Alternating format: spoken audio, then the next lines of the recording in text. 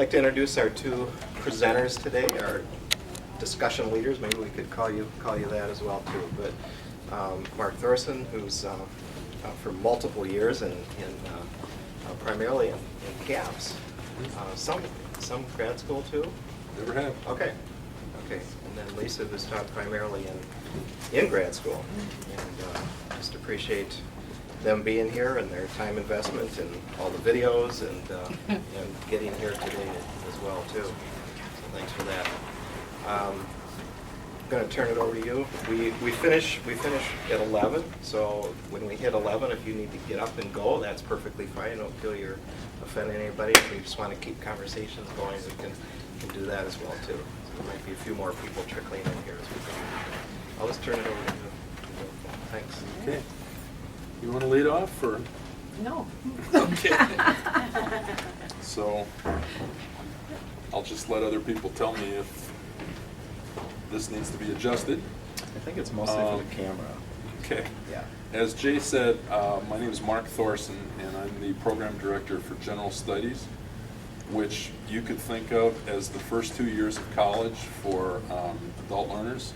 And we get people at all levels, but many of our students have, they might be 48 years old and never have been to college. So we start out at the beginning, and we developed a curriculum that was inspired in large degree by the Bethel liberal arts curriculum, and then we made adjustments as we felt that was necessary. So that's what I do. And Lisa? And I teach all education classes in our graduate school. Some are in our special ed program, and some are in our master's degrees in teaching, which is our licensure program for general ed. So I have a mix of regular and general and special ed. Right.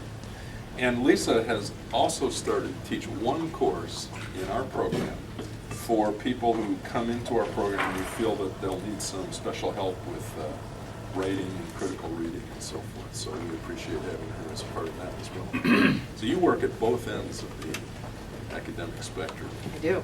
And she teaches online as well, too. And I teach online.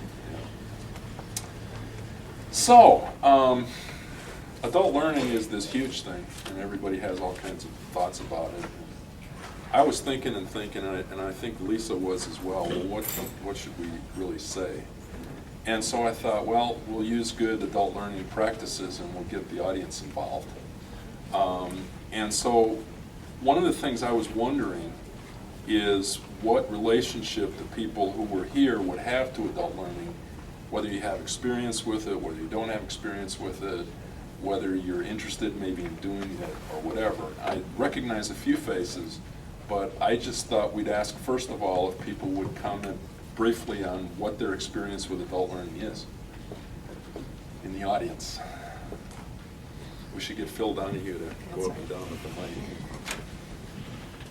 Dave Mahovich from nursing. I used to work in Africa, and we did Frerian psychosocial adult doctrinaire facilitation in rural Uganda, and it's harder here, but I'm still trying to, especially in CAPS and grad school, it is harder in pre-licensure nursing, but in theory those are adults as well. Yep. Okay. Anybody else?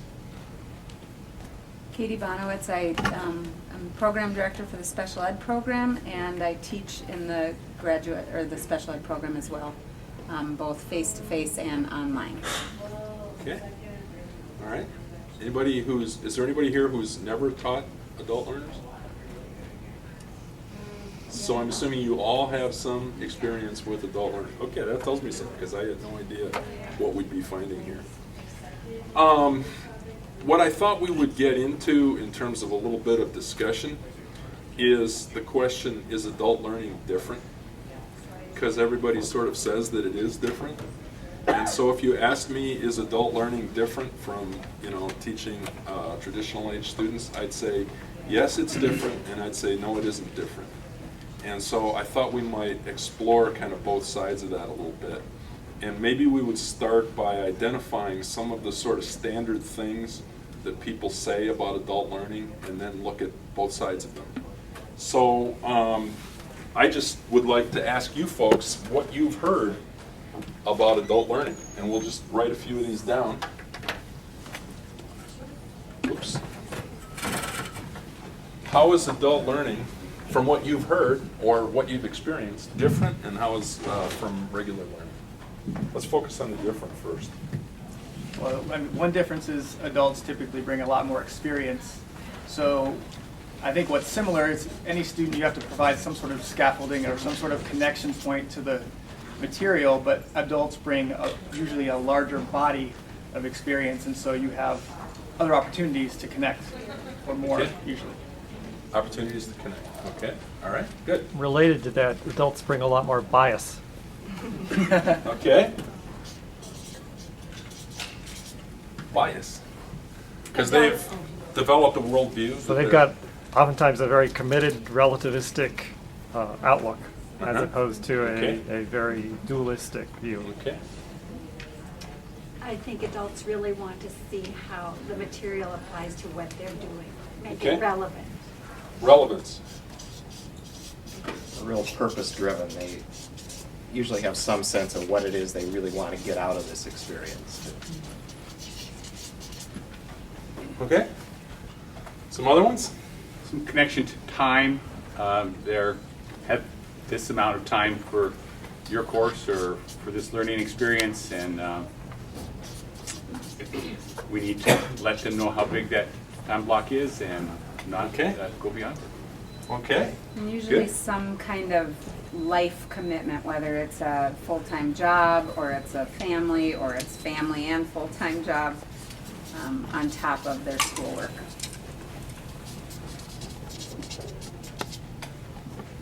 As you kind of alluded to earlier, there's some distance between sort of the traditional student or being in an educational experience as opposed to being out in the work world. So possibly some time elapsed You mean- between an instructional, like being in college or being in high school. And so there's some time elapsed between that time and then they've been in the work world, haven't really been in a classroom setting Okay, for a while. okay. So All right. whatever. I think there's a lot of anxiety connected with the idea of going back to school and writing papers, and more anxiety than one would think adults would have.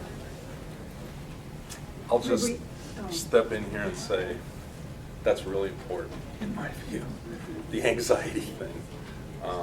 I think a lot of teachers of adult learners don't realize how much anxiety the adults are experiencing, and they need to understand that in interpreting what's happening in the classroom with work and everything.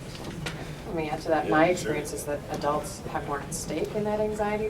They hide it. They want desperately to look like they know what they're talking about in the classroom. So if the options are to look brilliant, to look stupid, or to be silent, it's either brilliant or silent. There's no, take a risk and look dumb in front of your peers. Okay, yeah. And I think that anxiety can also come from, at least in, I don't know in CAPS, I haven't taught in CAPS, but in the special ed program, we can have a range of people in their 50s to people in their 20s. And that anxiety of what, on both ends, the 20-somethings, what are these older people thinking of me, and the 50-somethings, do I have a place here?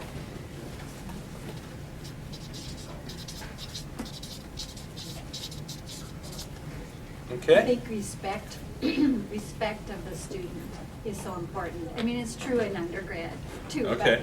but especially for adults, and to just respect them for their life experience. so from the point of view of the teacher, Yes. you're saying, The teacher to respect them. is that old Aretha Franklin song? R-E-S-P-E-C-T. Was that Aretha Franklin? Okay, well, we've got some stuff here. Do you have ones that you'd like to put up there? No, I think we've covered it. I mean, there's some I certainly have opinions about because of Go ahead. Jump Jay in. focusing for me on learning environment. I think learning environment plays a whole lot into some of these categories for adult learners. Not to beat a dead horse, but back to that anxiety part of it. I have to make that learning environment a comfortable one, so that there's an option to be vulnerable with their learning in front of everyone, not just vulnerable at home when they're struggling with the material, but vulnerable in front of me so that I can assist them and work with them on it. So my little corner on learning environment certainly plays into that piece. I think too, if that anxiety isn't dealt with in some significant way in the class, I think the overall educational experience for the students is really diminished. Because I think most adults, come with the assumption that they're actually going to learn something from their peers too. And if people are filled with so much anxiety that they don't talk honestly, share honestly, I think they've lost half the opportunity to learn in that class. Because I'm pretty convinced with adult learners, maybe half of the learning is really going to come from their peers, the other half from the instructor. And man, if they're not in there sharing what they think, what they feel, everybody suffers, to some degree. To just touch on that a little bit, that's the beauty of the cohort model, that in many cases the cohorts come together, they become really close, they communicate in all kinds of ways outside the classroom, they help each other learn, give each other help and so forth. But the downside of that is cohorts can go bad as well. And in fact, I just received an in-court, kind of plea for help from a person in a cohort who feels that this one person is dominating, and if it's in a cohort, it's like class after class, and then so sometimes you have to deal with some of those kinds of tensions as well, and try to encourage the interaction to be peaceful and productive. They really sometimes feel empowered too. I've got a Roger Olson story. He walked in and said, "Okay, we're going to meet in small groups." He's talking about methodology, and there was somebody raised their hand. They said, "We heard about you, that you do that. We got together. We decided we're not going to do that." So he goes, Roger, very, very mellow, humble. "Okay, what are we going to do then?" So they were empowered. They had taken responsibility for the class. Okay. There's a couple I'd like to throw up here. It's often said that, in fact,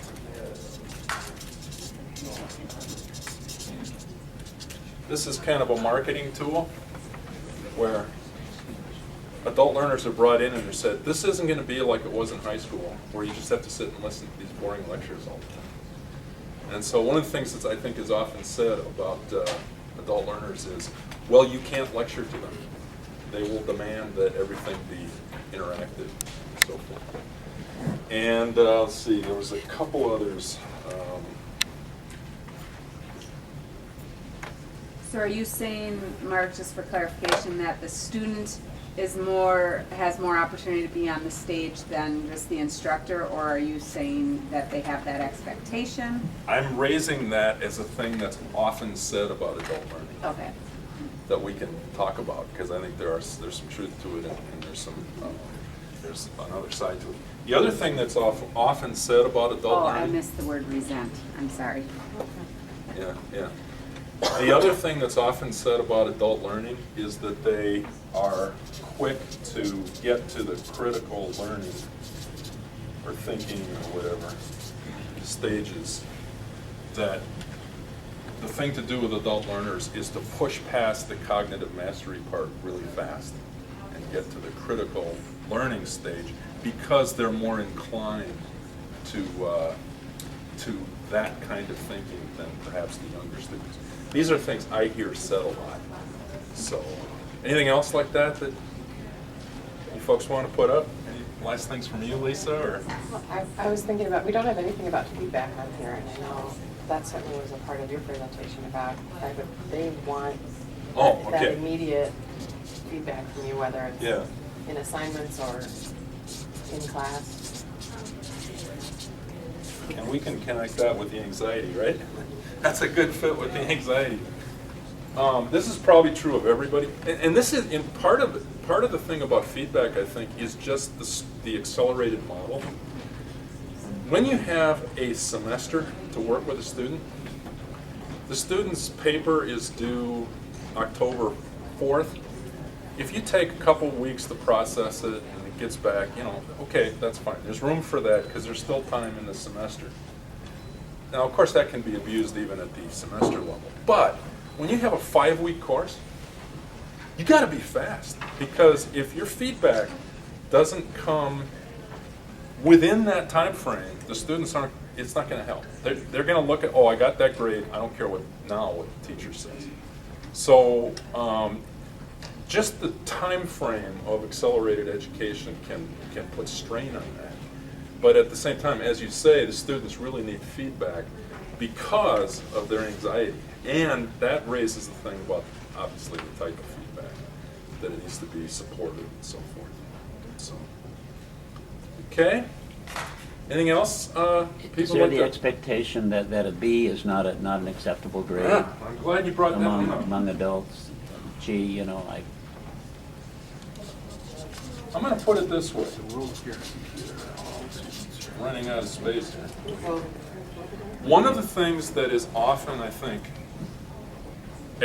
understood about adult learners is, I came in here, I paid my money, I get my A. Okay? That's often a perception of adult learners. Okay?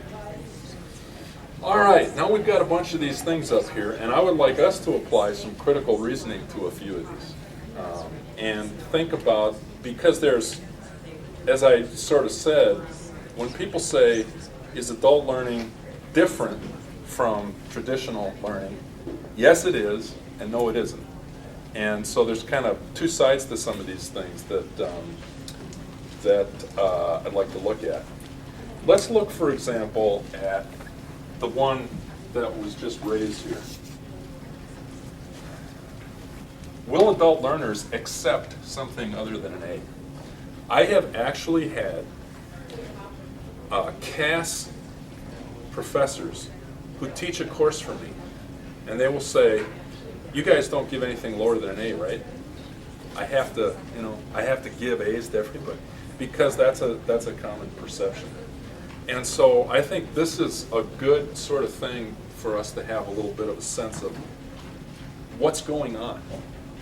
Will you get some reaction to students if you give them something other than an A? You might, and it's important to understand the reasons for that. Does anybody have any sense of some of the motives that would cause an adult learner to say, well, I need a higher grade than that? Yeah, their employer demands a certain grade. That's one thing. Some of our adult learners, not all of them, but some of them have their tuition reimbursed by their company. Well, the company wants to see a good grade. And by the way, this gets back to the fast feedback and grading, because I have students that say, can you get me on my grade as soon as possible after the course is over, because I need my reimbursement from the company. I don't get that till I get a grade. And sometimes the reimbursement is based on, if you get an A, you get 90%. If you get a B, you get 80%. So you're talking about cash money that some of these students are experiencing. So that's one factor. What would be some other factors on that you can think of? I think the students tend to share among each other. Some of that's the cohort model, Okay. but they, just because that communication between students, they want, and the competitiveness that's there. If someone else in the cohort got an A, then Yep. Okay. Yep. Okay. And that does happen. People say, well, what'd you get? Anything else? The nature of the activities and the learning are such that they're not oftentimes as, I'll use the term I don't like, objective as they are in a traditional undergraduate, where you might have assessments of some kind that can provide a discriminatory grade. So the students see that and have a hard time kind of grasping the concept of quality or commitment or motivation that oftentimes you're putting into a grade. Yep. So that if you have one of these, as you put it, objective tests, and it comes up with a number, it at least creates the illusion that you have something actual there. Right. And the student, oh, okay, well, that's my number. And of course, what you said there gets back to the feedback thing. It's so important, I think. This is one of those things where I don't think adults are different from anybody else. If you make your scoring meaningful, and if you make it positive, constructive, so the student gets, and during the class, you start out giving some feedback early. You say, this is where I want to take you, and the student kind of develops skills and sees increasing grade. That kind of a thing is going to make sense to them. And if they don't get so far, they'll understand it. But if it's just like, especially, if 3 weeks after the class they get a grade and they have no idea what it's based on, then that's a problem. Okay? I would like to stress something else with this, and that is to connect this with anxiety. Adult learners are scared to death often. Not always, but often. And this just amazes me. I will have some assignment, and let's say there's 40 points on it, and someone gets 37 points, and they really fret over that. And you go, well, you're on track for an A here. But they're not. This is one of the ways that I think adult learners are different, because there have been all these years since high school. Or maybe they took a few classes when they were 19 and they didn't do so well. And well, this time I'm going to do it right. And they are so locked into performance. Every time they get 1 point wrong, they think, now I'm going to fail. That's the first thing that goes through the minds of a lot of these students. And this might be different at the graduate level, I don't know. But especially the students that I get, you're 47 years old and you've never been to college, or maybe you were in college very briefly a long time ago. It's terrifying when they look at those scores. And so I think it's very important that we connect this instinct to this motive, that there's anxiety there. Well, and with their expectations of this grade they have in their mind, pushes us to have a really clear form of grading. That if I'm going to take off 2 points, then I better have a pretty specific response to them as to why they missed those 2 points. So we need prompt and meaningful and feedback, Detail. and feedback that gives them a sense, if I listen to this feedback, I can improve my performance and work towards a positive outcome. Good rubrics up front. Yeah, that's Yeah. what I was going to Rubrics. say as well. Feedback along the way, and again, as I said, if it's a 5-week course, that's like, if you're going to teach adult learning in this accelerated model, that's what you're signing up for on the whale hunt. So you got to push yourself to give feedback that allows students to improve in those areas. So that's just a real practical thing. Can I add to that? Sure, absolutely. I think the other part of that feedback is that it has to be personal. Yeah. They have to know that you looked at their work. Yes, You didn't yes. look at, the last paragraph or a little bit in the middle. That you're not just checking off, yes, you got that concept, that you're really coming back and saying, I like the way you process this information. That example helped me understand this part of you.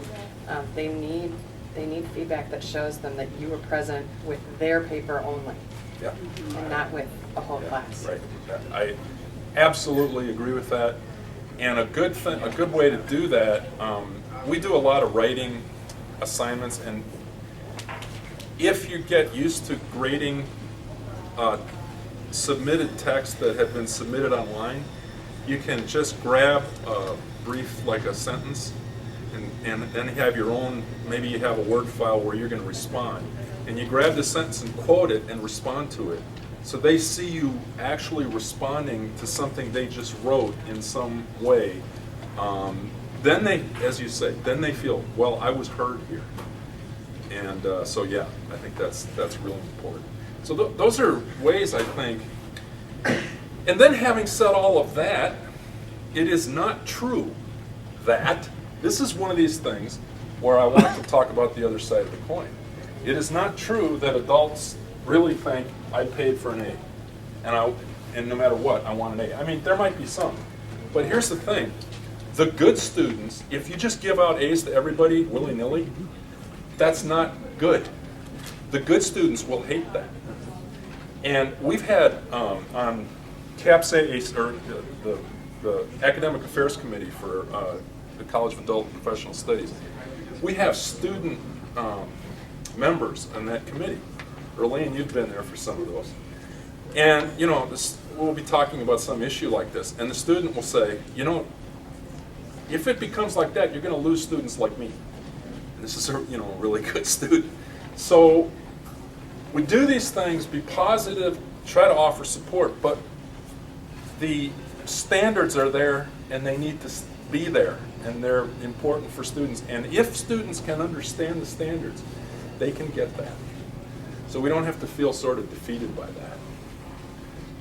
I think sometimes one thing that distinguishes an adult learner from an undergrad, not always, but sometimes, is that I often think that adult learners are coming because they genuinely want to learn something. They're not necessarily there just to play the game, trying to get the A or the B, but they really want to learn something. And I think that if we look at feedback in a sense of being formative, and certainly summative too, but look at our feedback as being formative, my experience has been that they really care deeply about that feedback. Not just because it's a grade, but they want to actually learn something, from what you say. And I think they spend much more time with the feedback, thinking about it, trying to put it into play. In part because this school thing is kind of new to them again. Our undergrads, they've been here for 4 years, they've gotten umpteen papers back. They often grab them, throw them in some notebook, and they're off and rolling. But these adults, it's a pretty new experience, it's a limited amount of time here, I think they often care.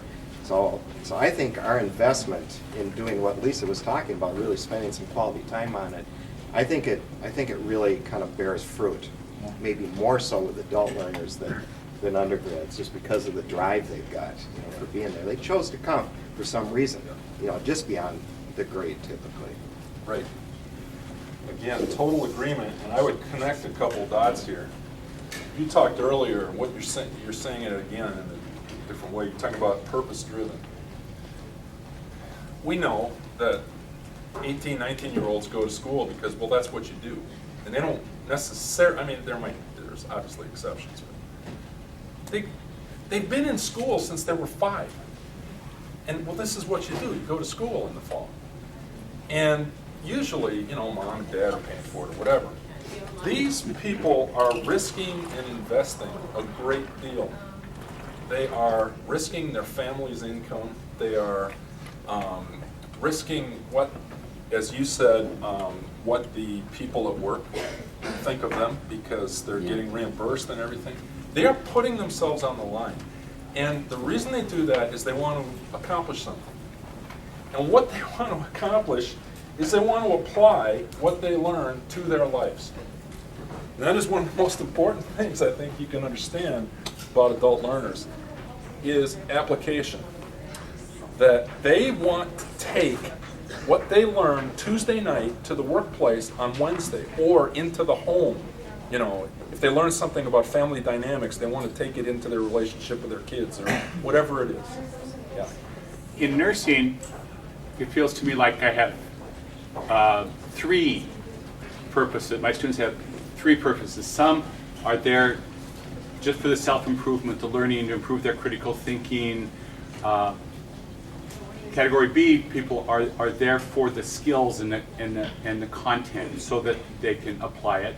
Category C is that people need a credential when they're all done. And sometimes of course I enjoyed the category A folk, just there for the for their own learning and self-growth. But it makes the dynamic sometimes challenging for me. Again, I understand the credential part. They need that. That's why sometimes their employer are paying for it. They get an extra $2 an hour. Yeah. Go ahead. I was going to say that the risk investment, I try to reflect that back to the students, and and honor and affirm the sacrifice that they make, just the time they run from work, grab a burger and come for 4 hours. I mean, you know, and try to Fight traffic. honor and recognize that investment and the risks that they're running. Yeah. Yeah, absolutely. Now, this thing about credential, I think, is a good thing to look at, and look how it's connected to the application, because that is an application. What am I doing? Well, I'm getting this degree so that I can get the promotion. And this is one of these things where I want to sort of examine what can become a sort of myth about adult learners. Because if you think of adult learners as focused in a real pragmatic way on just that, then you get to this word relevance. And relevance to a lot of people is kind of, a lot of academics is like a negative term, because what it sounds like is, well, you can't try to teach adults anything that they didn't come here to learn, and that they don't directly connect with their job, you know, promotions and all that stuff. And I see it differently from that. The challenge is, I think that relevance is our responsibility, especially for adult learners. If you've got a 19-year-old freshman, that student has learned things for the last 14 years that seemed irrelevant, and they're sort of used to it. And adults, when they come back, they want relevance. But here's the thing. They are open to learning relevance of things they never would have guessed were relevant. And I experience that all the time. I teach, you know, our version of CWC. And you've got these people who are nurses, they're in business, they're in, you know, various things. Well, what does Constantine have to do with me? And when you start looking at the way Constantine affected the idea of militant Christianity and how that connects with the world we live in, they come out of that church, or out of that class, thinking, this is great, I know all these things about my life. And so what I'd say about relevance is, adult learners are open to whatever kind of relevance they encounter. They're ready to be surprised, but you better work at trying to facilitate for them an experience of how something they wouldn't have guessed would be relevant is in fact relevant. And as soon as that clicks, they're with you, and they're with you with this intensity that is very exciting and thrilling. So I don't want us to be afraid of this idea of relevance or credentials or whatever. The challenge is to help them discover that, yes, I'm going for a credential, but there's all these other dimensions to it that I had never guessed, and that it's not only going to help me in the workplace, it's going to help me with my family, it's going to help me at church, it's going to help me decide who to vote for, you know, all these other things that make up life. So, anything on that, or?